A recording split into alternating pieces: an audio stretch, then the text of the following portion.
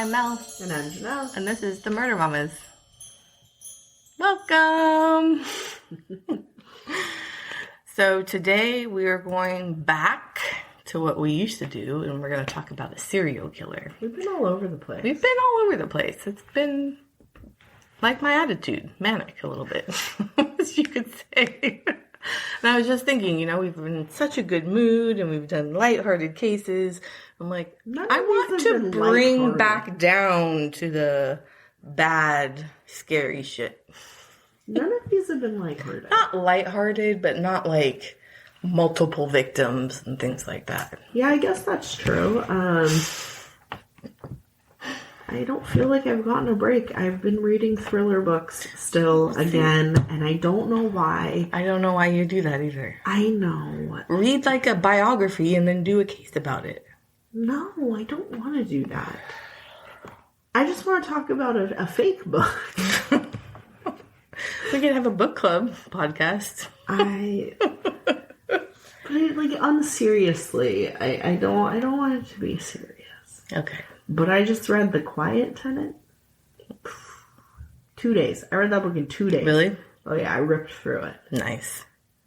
I've read like 15 books this year. Maybe 16. Wow. Or it's February.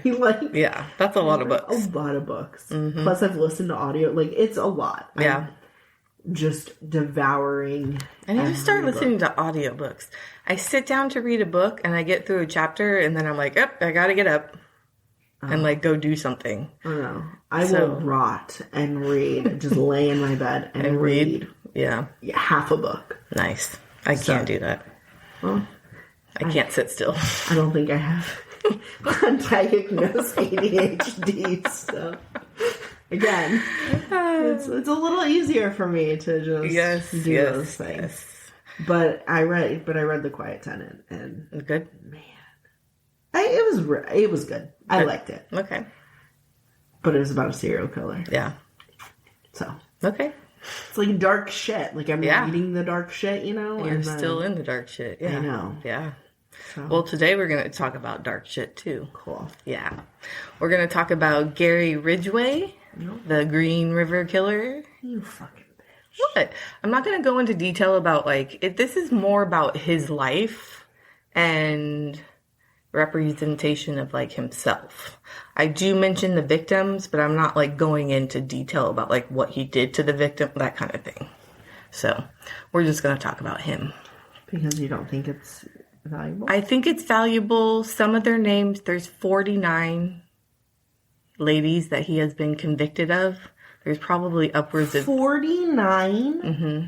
So it'd be kind of a long time if I discussed each and every victim, which I'm not trying to take away from that, but it's probably upwards of 80 women that he's killed, but he was convicted of 49.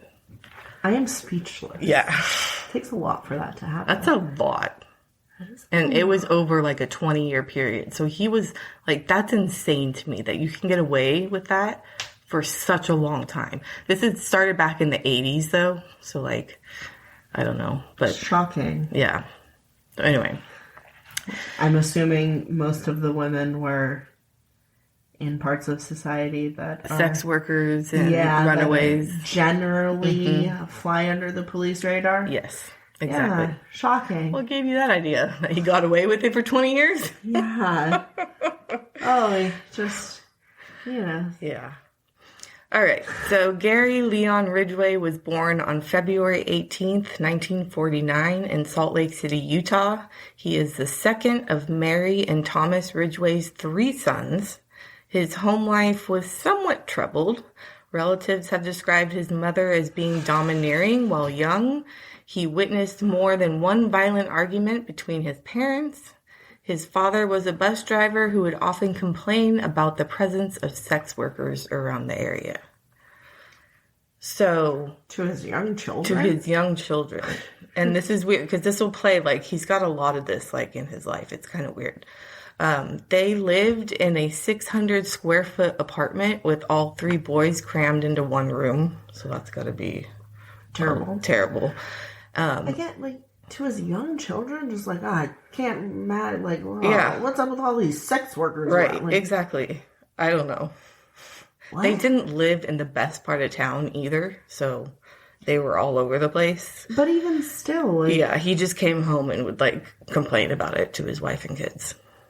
Okay. Yeah. So, Ridgway had a bedwetting problem until he was 13. And his mother would wash his genitals after every episode. So she would literally bathe him as a 13-year-old boy. No. And wash him. No. That is so... Not right. Disgustingly inappropriate. Right. He would later tell defense psychologists that as an adolescent, he had conflicting feelings of anger and sexual attraction towards his mother, but also fantasized about killing her. So, you see this, like, every boy has this, like, attraction to their mom when they're little. Complex. Yeah, but they grow out of it. Or most boys grow out of it. He didn't really do that. So, and it's same with, what's his name? Kemper. He had the same type of thing with his mom. Like, he was fascinated with her, but then he wanted to kill her. So, it's kind of a weird thing. I mean, it's very strange. Yeah, kind of. Ridgway was dyslexic, is dyslexic. Is there a full thought there? No, I don't know. My brain just, like, starts going and then stops all of a sudden. So he is dyslexic and was held back 2 years in high school. He played football in the 9th grade. And when he was 16, he stabbed a 6-year-old boy. He led the boy into the woods and then stabbed him through the ribs into his liver. What the fuck? The boy ran away and survived. But Ridgway was not charged with anything, which made it possible that he had no juvenile record at all. So when, like, he starts doing all these other things, they're looking up his record and he's got no record. So they're like, oh, maybe this is just kind of like a one-off for this kid. Why did... I don't know. I don't know. Stab the 6-year-old. He said he wanted to see what it felt like. Yeah. 6 years old. So. That is, I know this happened a long time ago. Yeah. Key reason why your kids should not spend time with people 3 years older than them. I think until they're in their teens. I think he lured this boy away, like, on the street. I don't think they were, like, playing together. I think because he was like, hey, I've got something to show you over here. And, like, got the boy over there. I don't think they were, like, interacting or anything. Even still. But, yeah. I tell my kids all the time, like, there's never a time where a grown-up will need help from a child. Never. Not one time. A stranger. No. Right? Like, I may be like, hey, could you help me with this, bud? Sure. Which is fine. Right. But, like, if a stranger's like, can you help me find my puppy? No. There's no reason. There's no puppy. There's no reason that a stranger would ask you to help them find a puppy. Right. I'd go to an adult. They're an adult. Yeah. They know how to find a puppy. Right. No reason. Exactly. So. And it was said that Ridgway's IQ was in the low 80s. So he wasn't the brightest bulb in there, but I'm like, he got away with this shit for 20 years. Like, I don't know. Is that just luck? Because is it? I probably profile. Yeah. You know? He was said to be reliable, but a poor student. Okay. After high school, he enlisted in the Navy and was sent to Vietnam. According to... It's fucking bingo. Yeah, it is. Like... It's, yeah. Well, fuck, like, stop sending our troops to war. Like, they all come back. No. I think it's that they go there. Like, how many serial killers? Yeah. The same fucking thing. Mm-hmm. Yeah, it is. Every time. It is. It's weird. It's the same story. Yep. Just a different name. Yep. It is. It's Every true. time. According to women in his life, Ridgway had an insatiable sexual appetite. Okay, you need to say that word again. What did I say? Insanable. Insanable? Yeah. Instainable. Insatiable? Insatiable, yeah. Okay. His 3 ex-wives and several ex-girlfriends reported that he demanded sex from them several times a day. Often, he would want to have sex in a public area or in the woods. Ew. Ridgway himself admitted to having a fixation with sex workers, with whom he had a love-hate relationship. He frequently complained about their presence in the neighborhood, probably due to his dad, listening to that. Mm-hmm. But he also took advantage of their services regularly. In a statement read... I'm sorry. You son of a bitch, how dare you be here? Here's my money. Give me a blowjob. Like, what? In a statement read at his plea hearing, Gary Ridgway said he hated prostitutes and didn't want to have to pay them for sex. So, he wanted to have sex, but he didn't want to have to pay for it. So he just wanted to be grudgingly... Gross, yeah. Give the money. He was married 3 different times. First, there was Claudia Barrows in 1970. Their relationship only lasted 2 years. Shortly after Ridgway's first divorce was finalized, he married Marcia Lauren Brown. The former couple tied the knot in 1973, but later divorced in 1981. During that time, they welcomed Ridgway's only child, a son named Matthew.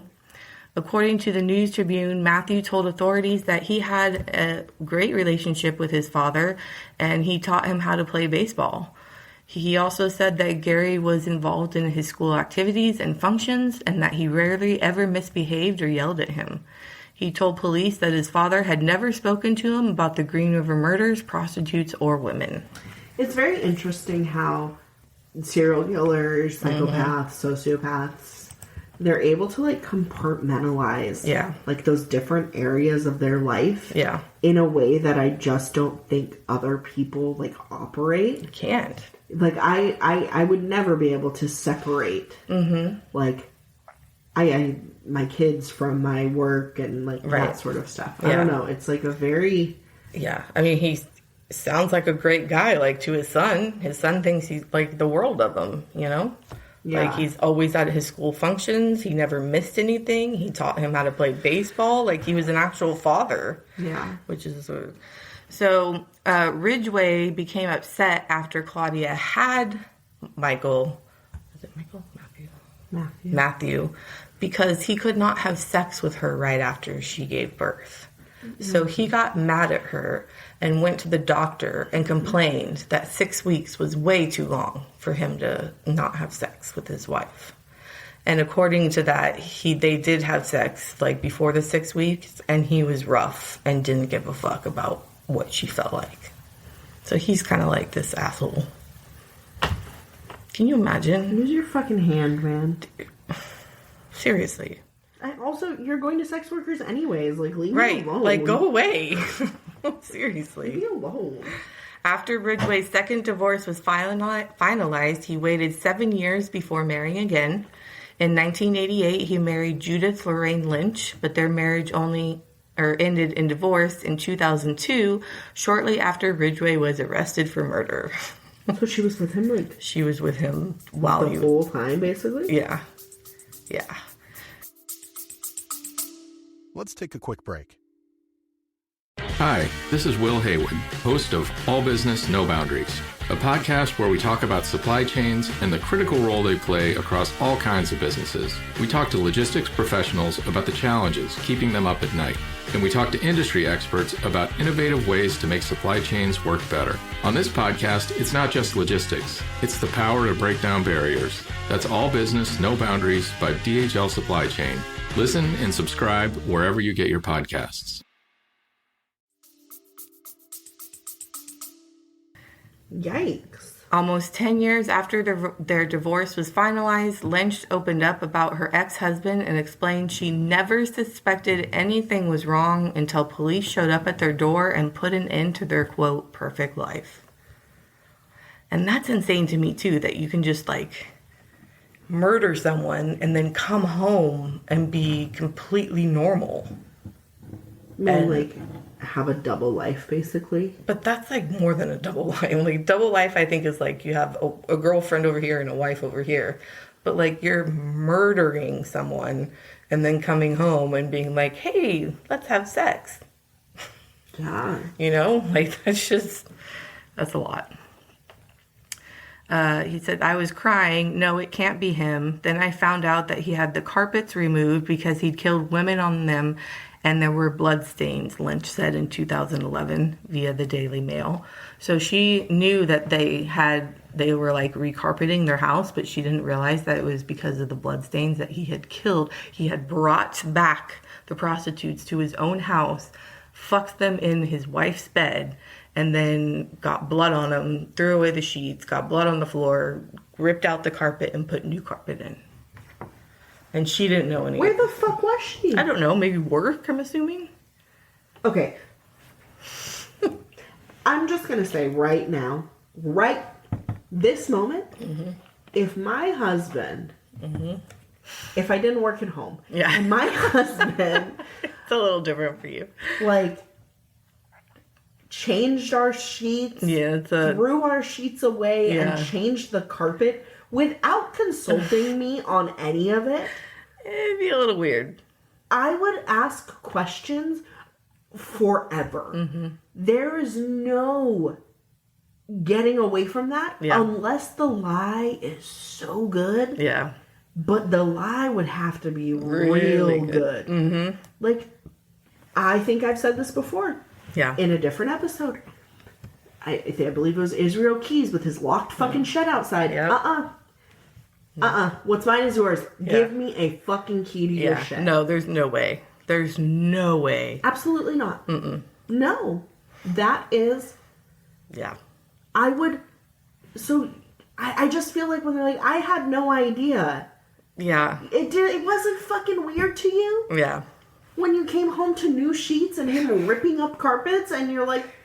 Oh, okay. Cool. He's remodeling.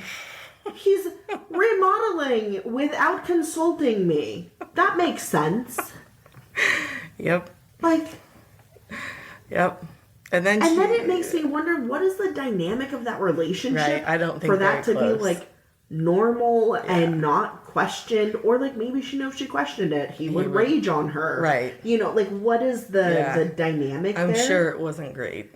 But she said they ruined her, quote, perfect life when they showed up at the door. Well, yeah, some people think I think everyone has a little different definition of perfect. That's true. Because... Yeah. I don't know. Like, what if Auntie just changed your sheets? He doesn't even know how to work the washer and dryer, so I'd be like... What if he just, like, threw the sheets away and then was like, oh, I bought a new area rug? What would you say? First of all, something's taken over your brain because you are too cheap to do any of that. Invasion of the Body Snatcher. It's like, what? Yeah, no, that would be a huge red flag. My husband's way too cheap. Enormous red flag. Seriously, like we went to lunch on Monday because the kids were not in school and we both didn't have work, which was interesting and nice. And I got that goat cheese, the baked goat cheese thing. And he was like, "That's so expensive." Just fucking order it. Like, who cares? Yep. Just order it. Yeah. Shut up. Shut the fuck up. He's so cheap. We have no kids. Shut the fuck up. I get you. Okay, so then she said, quote, he'd have sex with some of them on the bed and then kill them. I look back and think, was my life real with him or did he just use me? Yeah, you were his murder beard. You were. Yeah. Yeah. All right, so now we kind of get into like where the bodies are being found. In July 1982, children found the strangled body of Wendy Caulfield, 16, floating in Seattle's Green River.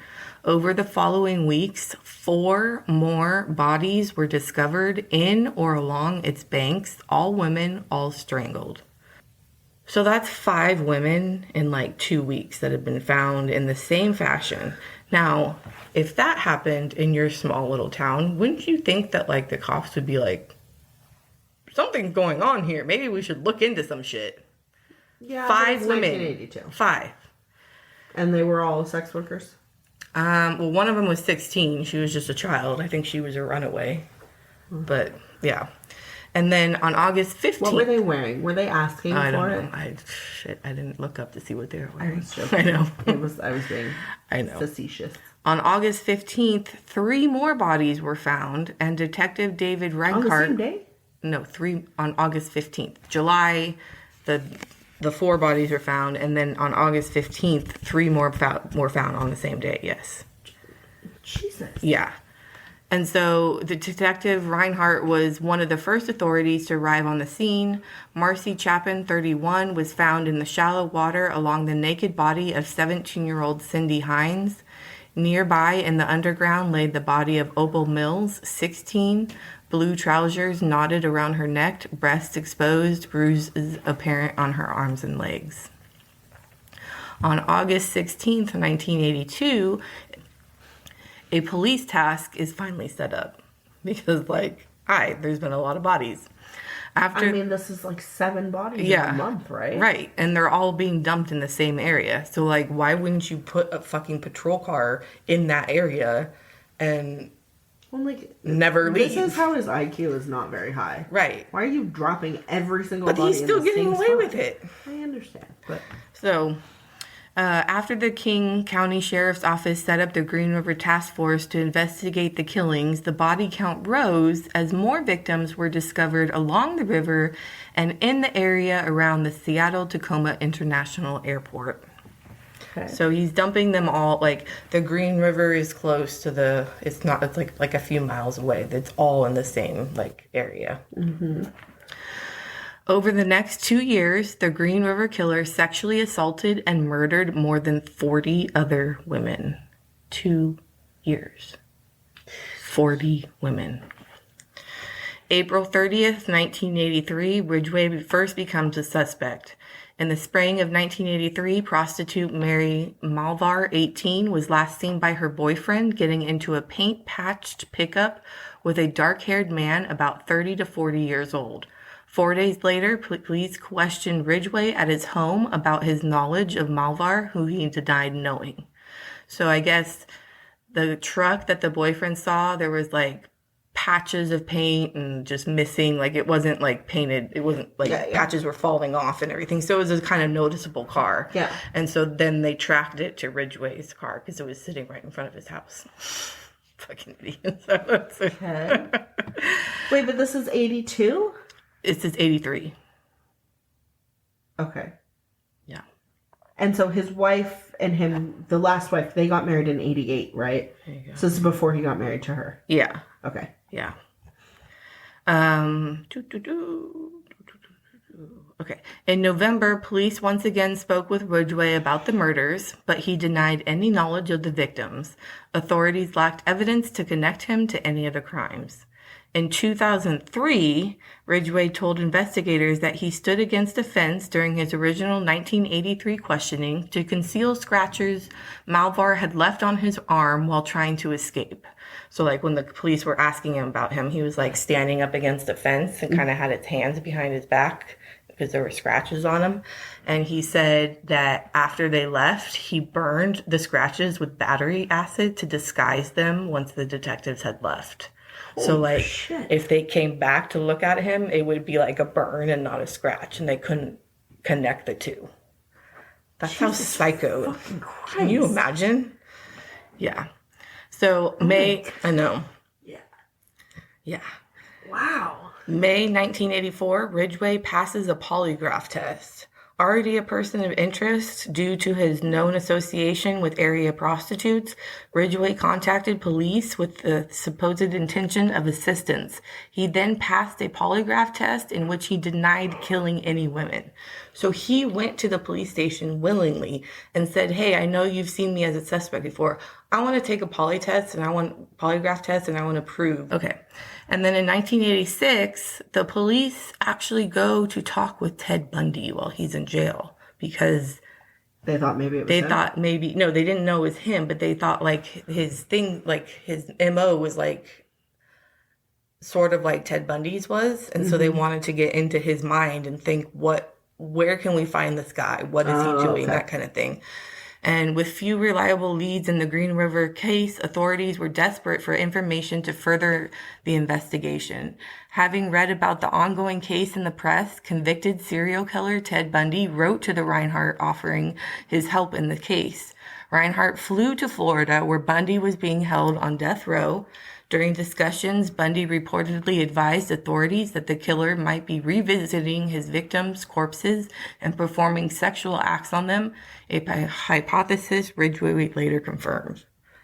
So, like, Ted Bundy was profiling this guy and getting it right. Like, how sick is that?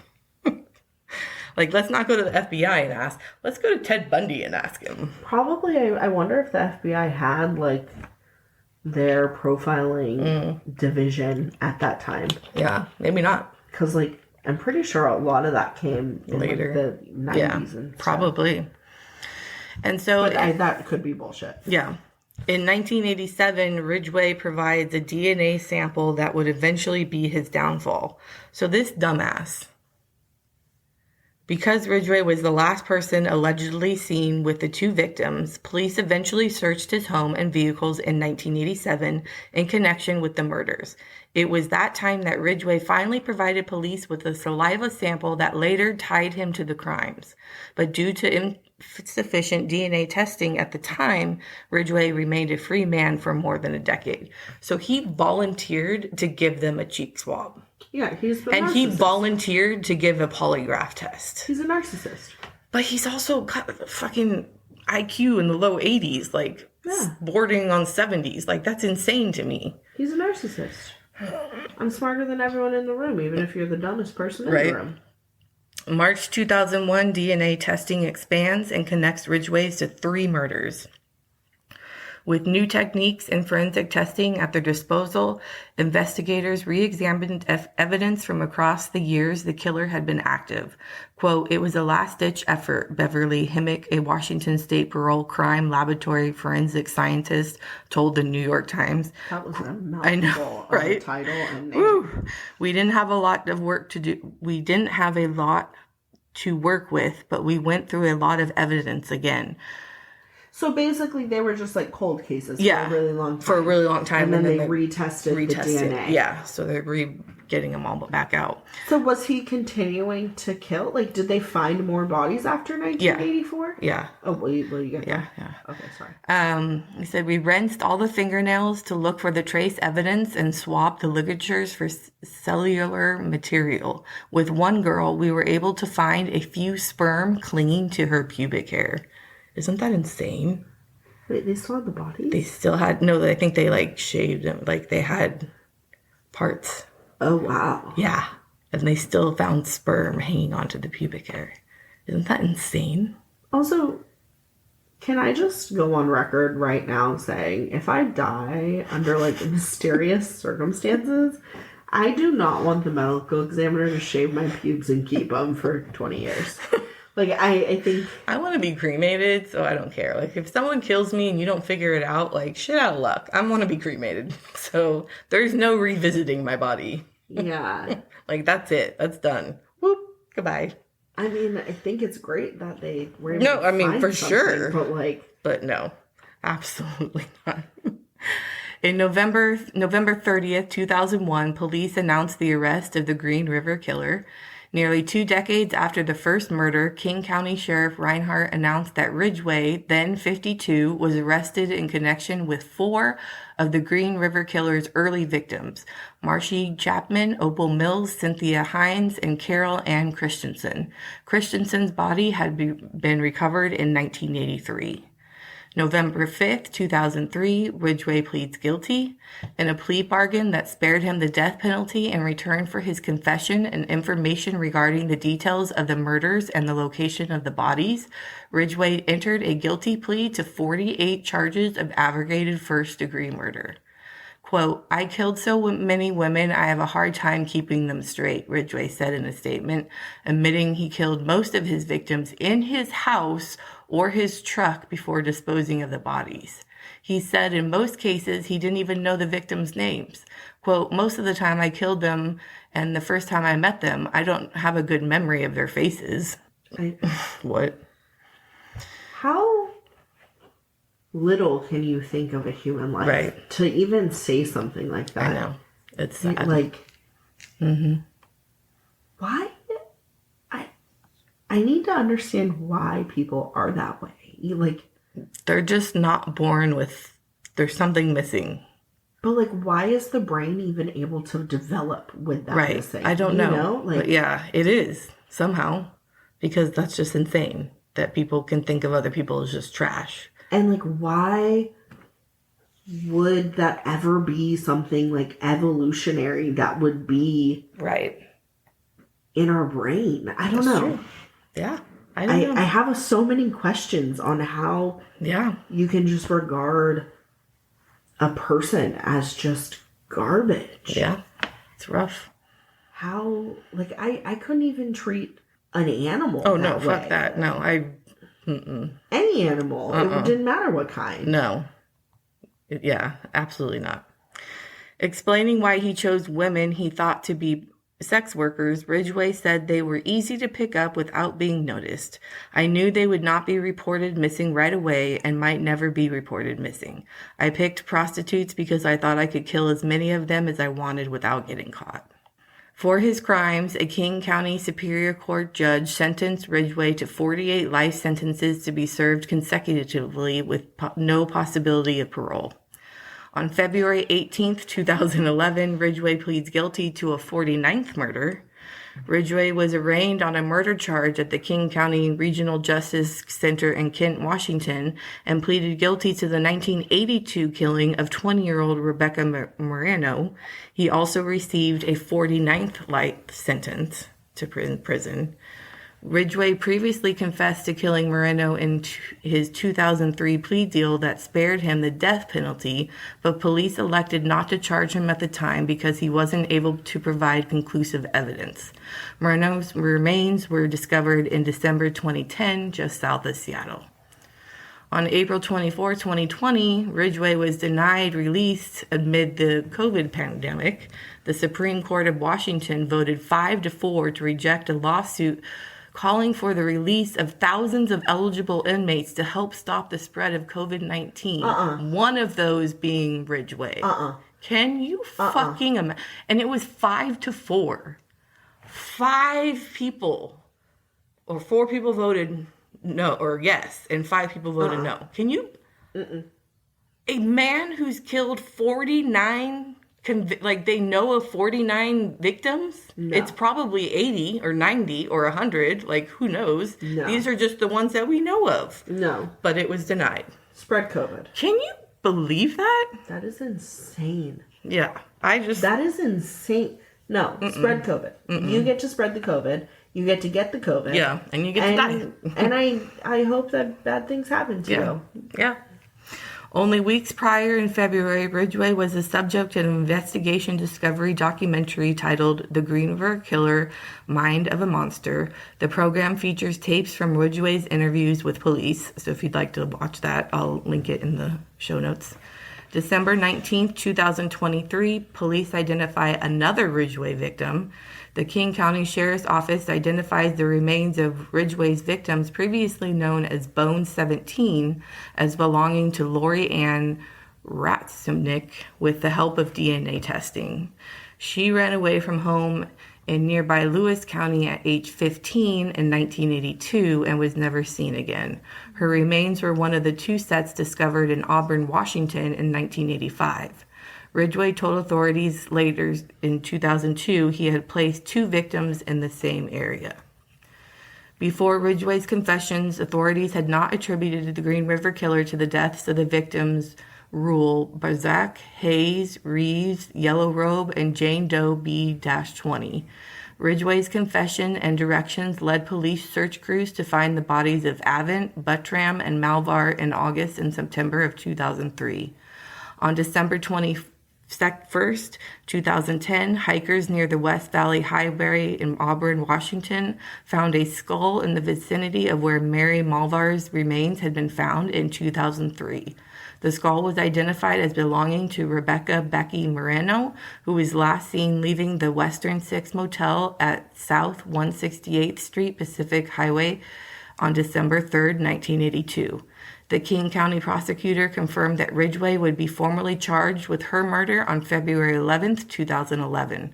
On February 18th, 2011, he entered a guilty plea in the murder of Rebecca Moreno, adding a 49th life sentence to his existing 48th. Ridgway confessed to murdering Moreno in his original plea bargain, but due to insufficient evidence, the charges could not be filed. Therefore, there is no charge in his current incarceration status. The remains of Tracy Winston were found without a skull in King's Cottonwood Grove Park in March 1986. Winston's skull was found in November 2005 near Tiger Mountain, miles away from the discovery site of the rest of her body. Police assume someone carried it to that location. How sad is that? It was probably an animal, though. Yeah. Sandra Denise Major was not identified until June 2012. A family member asked the King County Sheriff to investigate after seeing a TV movie about Ridgway. DNA confirmed Major's identity. Wendy Stevens, previously known as Jane Doe B10, was previously unidentified. Ridgway claimed that she was a white female in her early 20s and possibly had brown hair. Examination of the remains suggested that she was actually between 12 and 18, most likely around 15. Yeah, she's probably 15 though. She was later confirmed to be 14. Oh, Analysis of the victims. I know, they're all babies. Yeah. Analysis of the victim's skeleton indicated she was probably left-handed, and she had at one point in her life had a skull fracture to the left temple that later healed. Jane Doe B17 was discovered on January 2nd, 1986. Remains that had been found in another area, February 18th, 1984, were later matched to this victim. In 2003, Ridgway claimed responsibility for her death. In December 2003, DNA testing identified the victims as Lori Ann Razpontik, who had run away from home in 1982 at the age of 15.